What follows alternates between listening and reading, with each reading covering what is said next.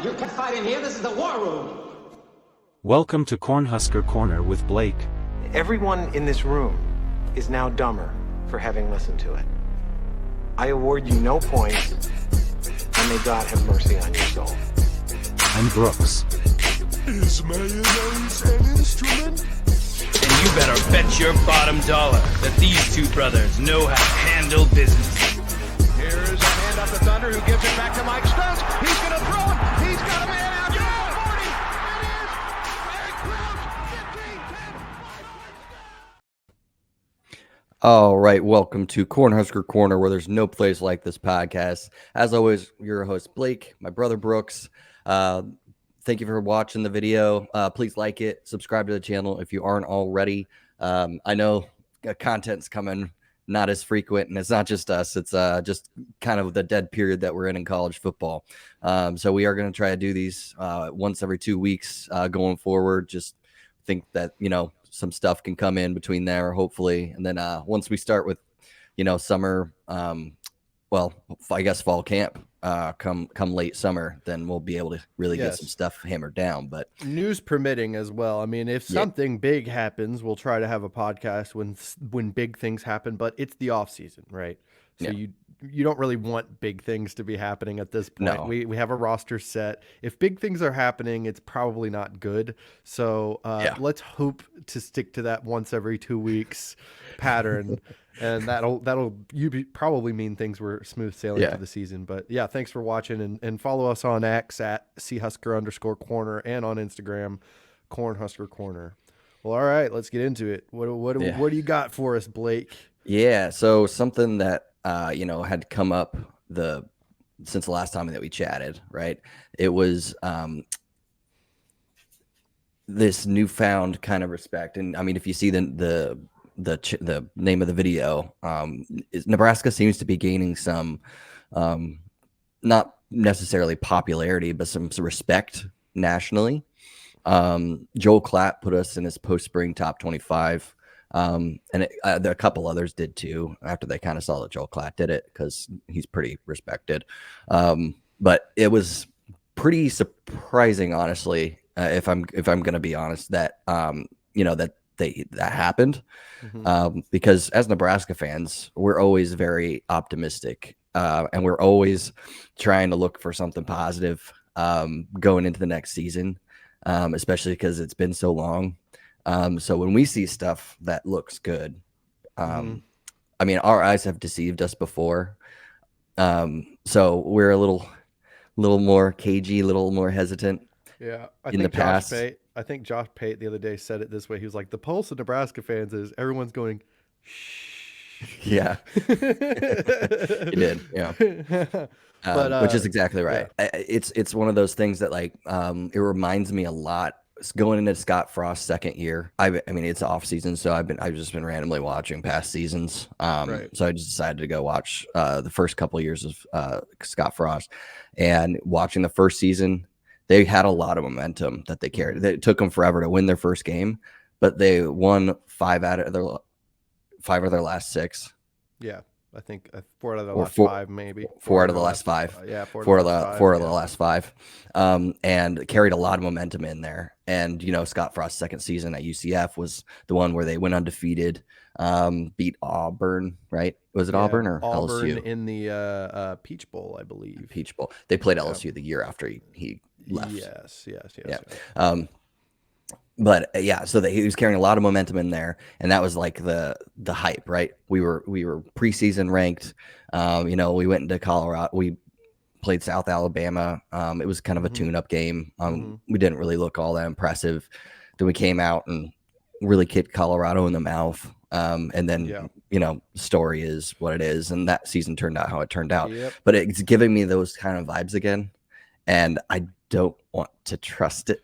Yeah, it's getting hard. I understand that sentiment 100%, and it's hard for me to be objective, because when it comes to people like you and me, Husker football is a part of our life. I mean, at this point, it really kind of is. So it's hard to step back and be objective. But there's 2 main reasons why, objectively, some people are putting us in the top 25, and it's 2 things simply. It's Dylan Raiola, and that's obvious. I think people see the talent in him, and I think people.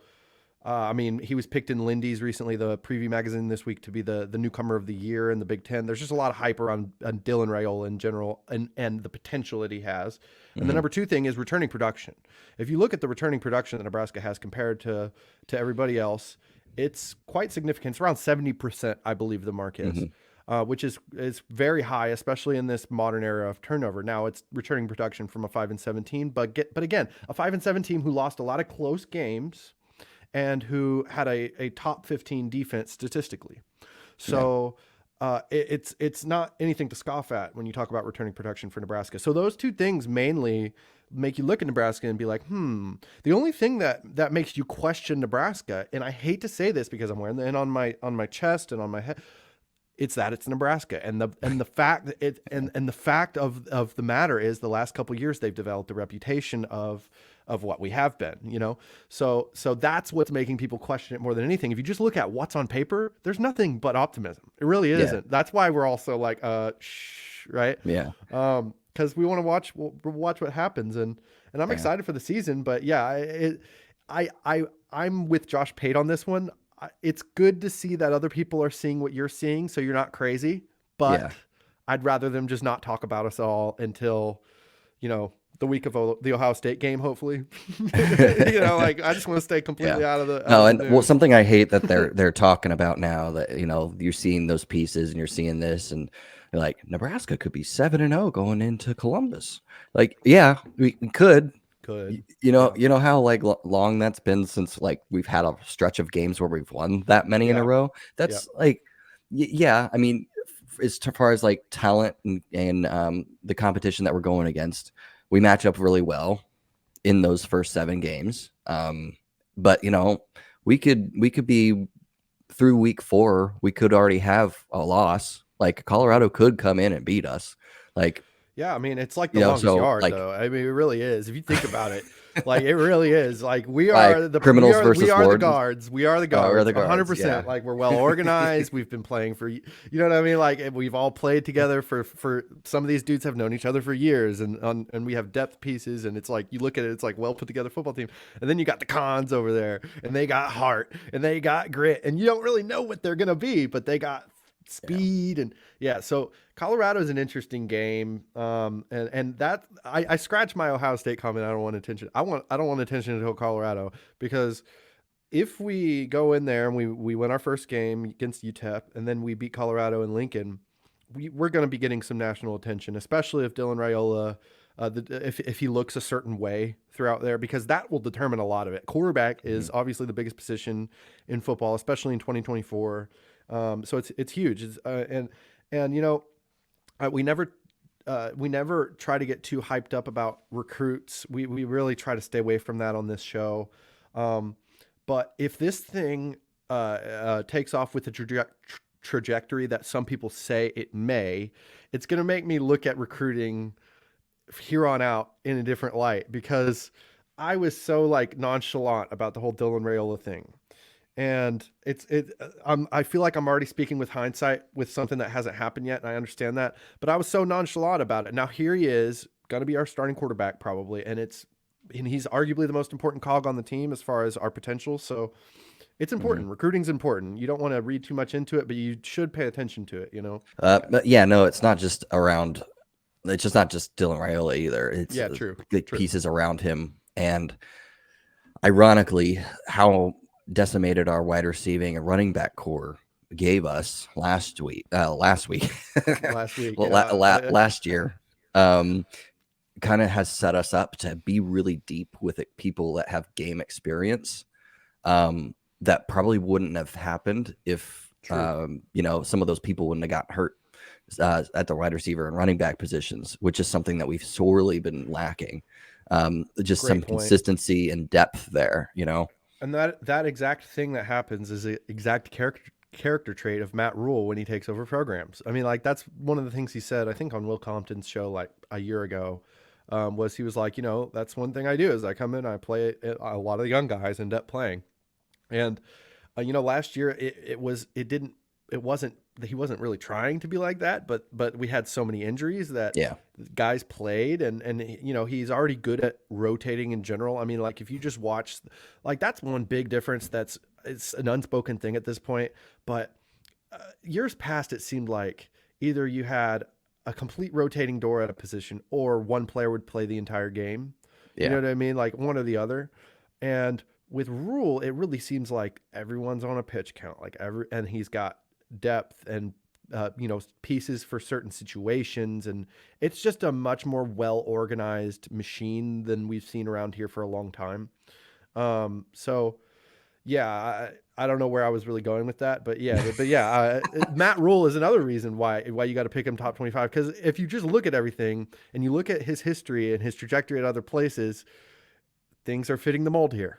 You know what I mean? They're fitting the mold. Now, we haven't had a winning season yet, but I mean, he went 500 in year 2 at his other places.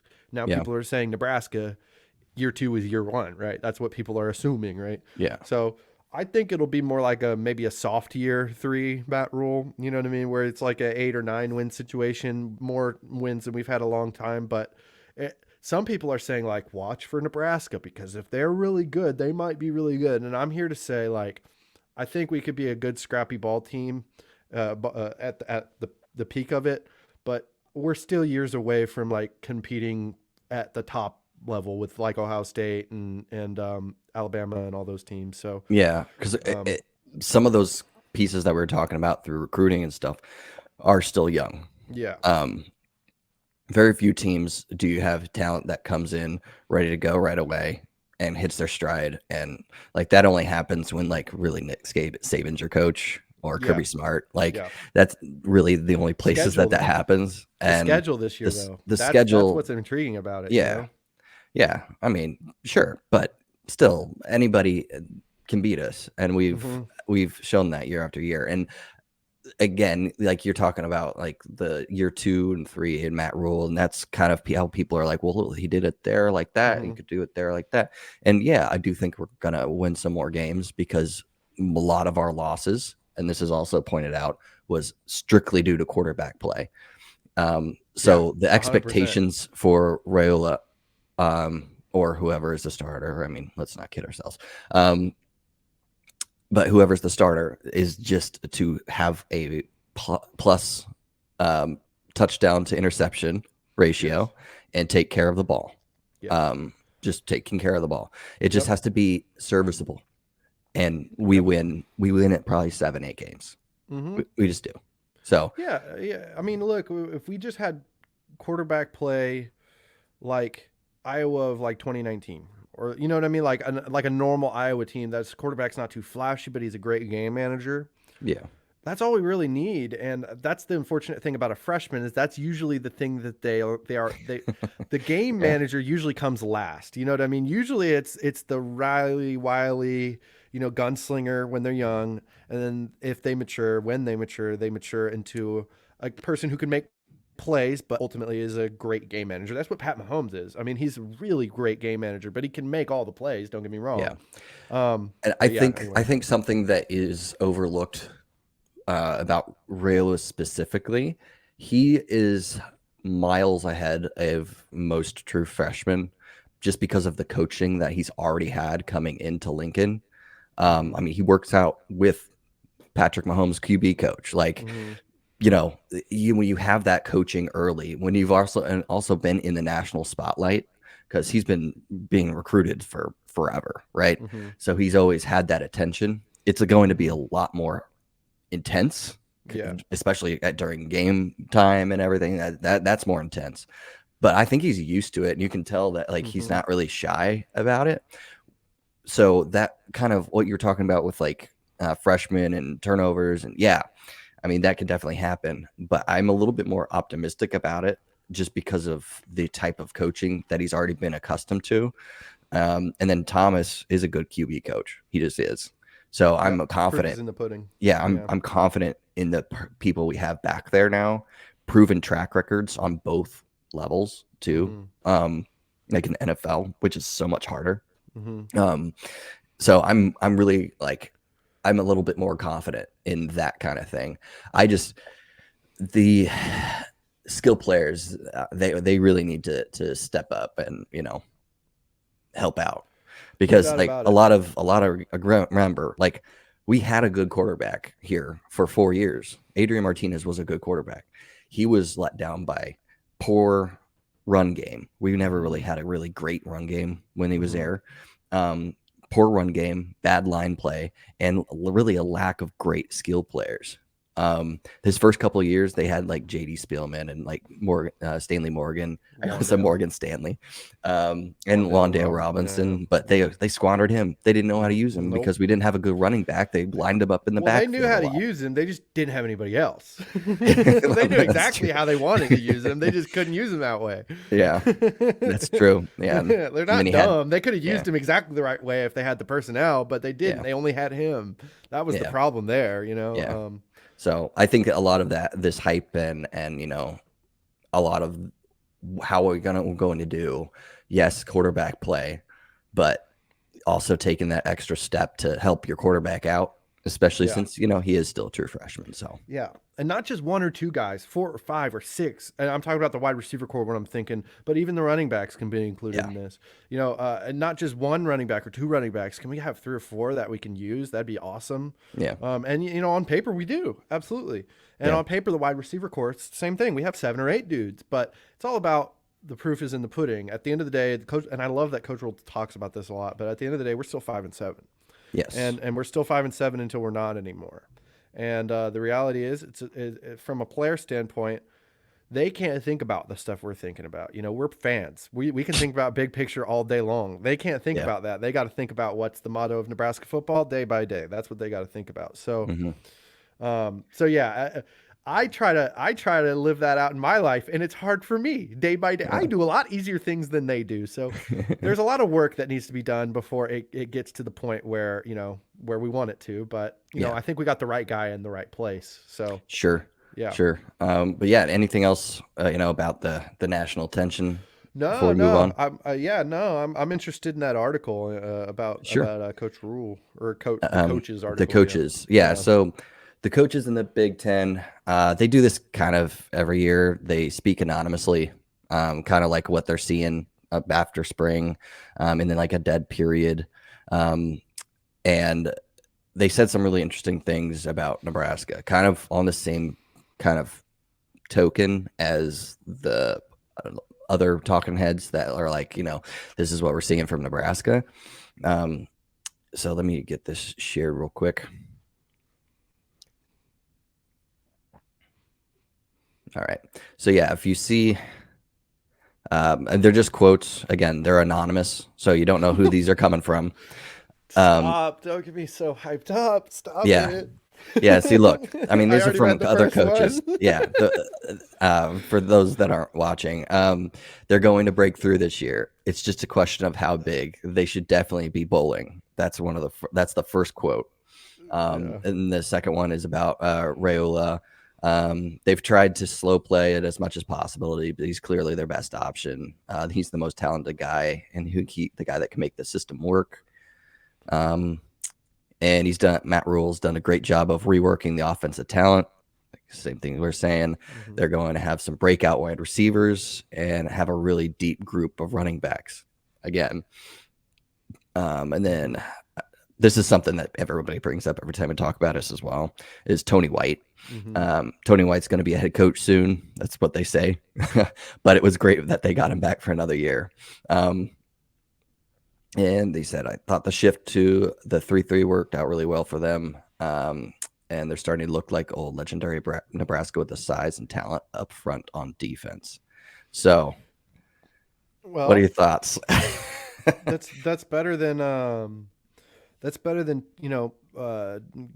scariest team off the bus, like the last time we were hearing articles like this. But also, I'd be curious to hear what their thoughts would have been on Scott Frost year 2, going into year 2. You know what I mean? Because I think that other article was maybe year 3 or 4, and people had already kind of gotten to know what Scott Frost teams looked like by then.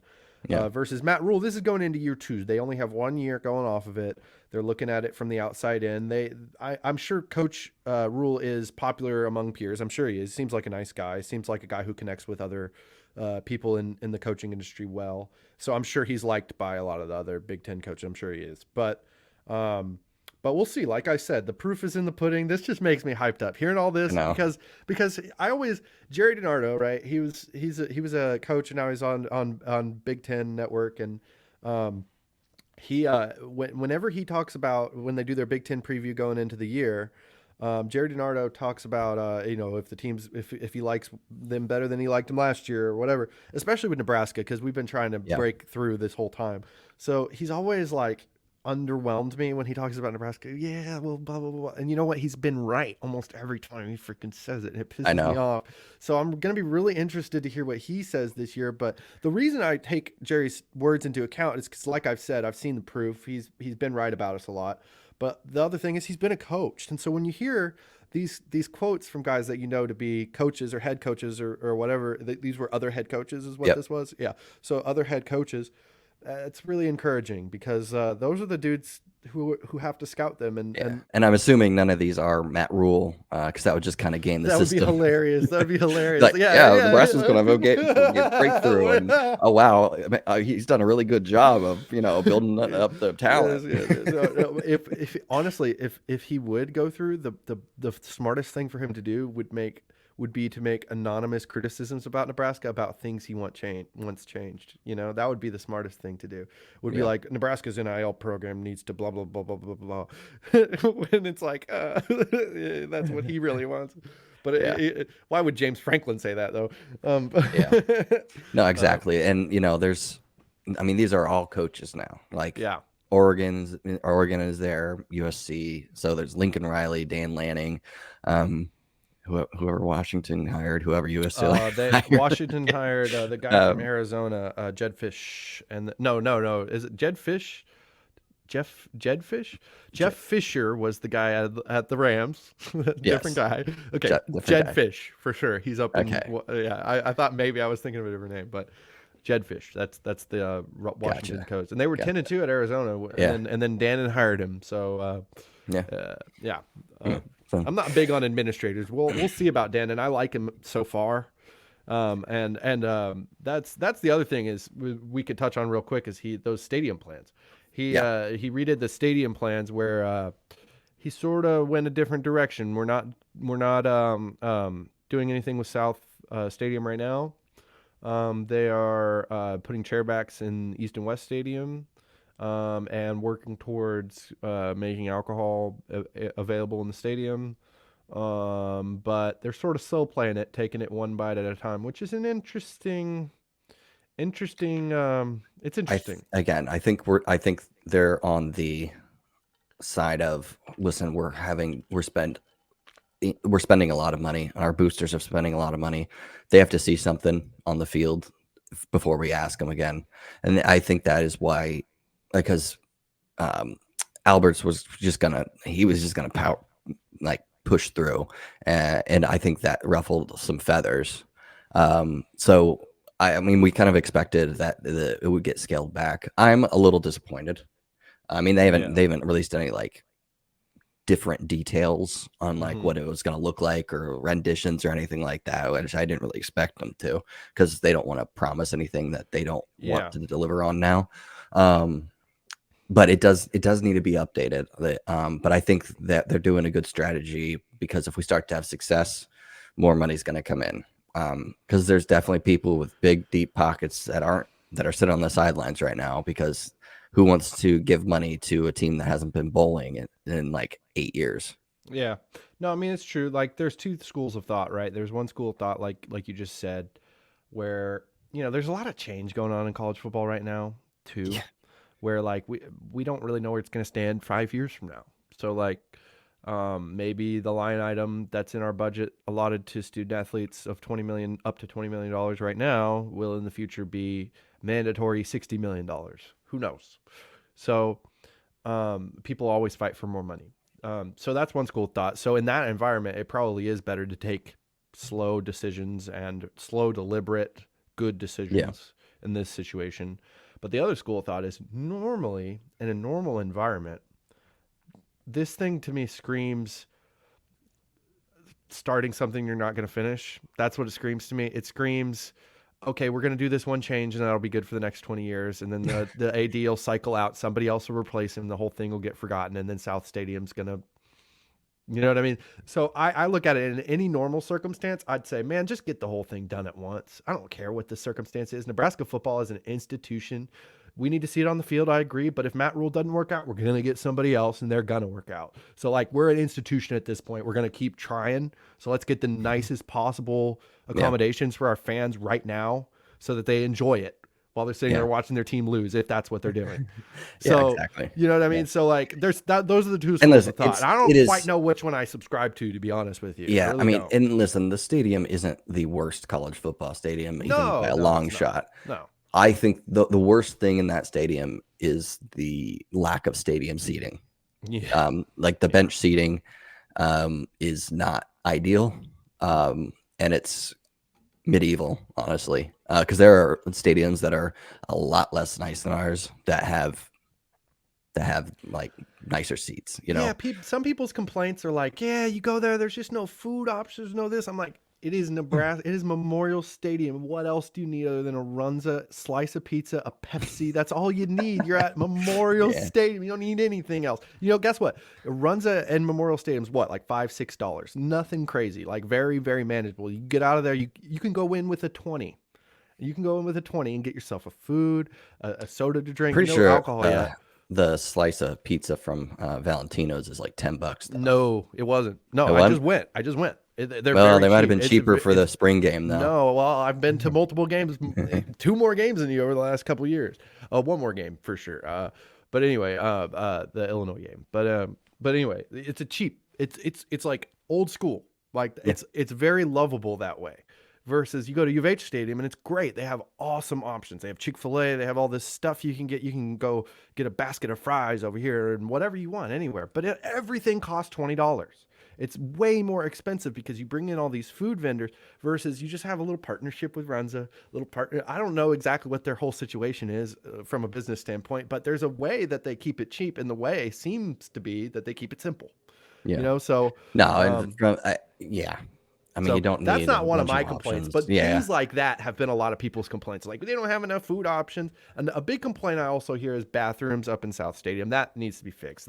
There's 90 rows, and Nebraska fans, a lot of them are older people, so you're gonna have 70-year-old grandma going down 80 rows of stairs just to go to the bathroom in a concourse that's not even connected to the rest of the stadium. I mean, it was funny. We went to the spring game, and I was with Carl, and Carl was like, can we go in here? And it was South Stadium. I was like, we can go in there, but our seats are on the side, right? He's like, yeah. I was like, we're going to have to like fight our way over there because if you look at it, South Stadium is completely separate. And then like, there's this one little gate that allows you to enter into the side. And there's just everybody in the world is trying to get through those gates. Yeah. Through these gates. But anyway, yeah, so that's the stadium. I mean, it definitely, stuff needs to be done with it. I'm not an expert on it. I don't really have an opinion. I want it to be done for sure, but yeah, a lot of people's complaints are warranted, but not immediate concerns yet. The chairbacks, though, that's the thing that needs to be taken care of almost as soon as possible. Yeah, it does. At least give them more room, that and probably alcohol sales. Yes. Because it's been done in that stadium before for concerts. I know there's some other things that you'd have to do structurally, but it's nothing big. Like it's something that you can do. And I feel like some of the regions might still be just structurally because people are going to be getting fatter from drinking beer. The structure needs to be reinforced. No, like because it's different. If you're putting draft beer, you need draft and kegs and stuff like that. Yeah, plus the POS systems just to deal with the more demand that's inevitably going to come with having alcohol sales. I mean, that is that's one thing. That's the thing about Nebraska Stadium, though. Like Memorial Stadium, though, I love it for that too. You know what I mean? Like you want alcohol sales in there, especially now that I'm older. Now that I want to drink while I'm there, it's fun, but it's also like kind of nice to not have it there because like there's not very many lines if you want anything else. Versus alcohol is a lot of times sold at places where other things are sold, and you get these concession lines that just are forever. And it's most people that are just wanting a couple beers versus wanting a pretzel or wanting anything else.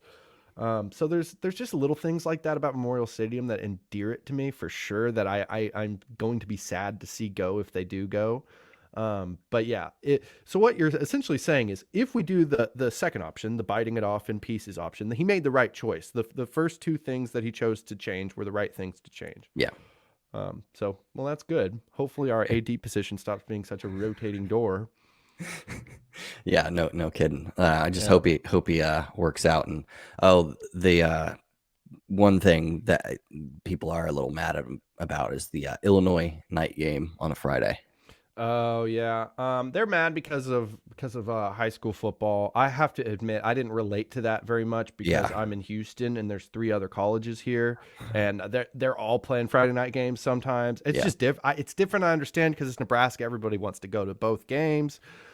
I'm sorry, like, choose. Like, it's simple as that. I hate to sound like but that's just how it has to be. Like, the TV dictates when we play, and unfortunately, if you have a kid who's playing in a high school football game, you can't see that all the time. Go watch your son play. That's what I would say. It's not on Peacock. Yeah, go watch your son play, but give him the score of the Nebraska game when he comes off the field. That's what my dad did for me. It was perfect.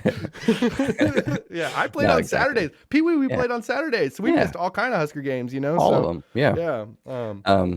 Well, not all of them, but a lot of them. A lot of them. A lot. I remember. I was, one of my distinct memories of this exact thing we're talking about was when we played Texas Tech in 2009, I believe it was, or 2008 maybe. We lost to them in overtime, and then finally we realized, like, we're a pretty good team. Because they were good at the time. They were a top 10 team. But I just remember coming off the field and being like, "What's the score?" He was like, "They're losing, but they're coming back." And it's just, and then we got in. The first play I watched was Joe Gans throwing a pick in overtime. but so that was 2008 because it was Joe Gans. But anyway, all right, but I think that's it. Unless you got anything else. Nope. All right, we're all good. All right. So hopefully some news lets us come back in another 2 weeks. And we'll be back, but that's going to be it for us today on Cornhusker Corner. Always remember that there's no place like this podcast.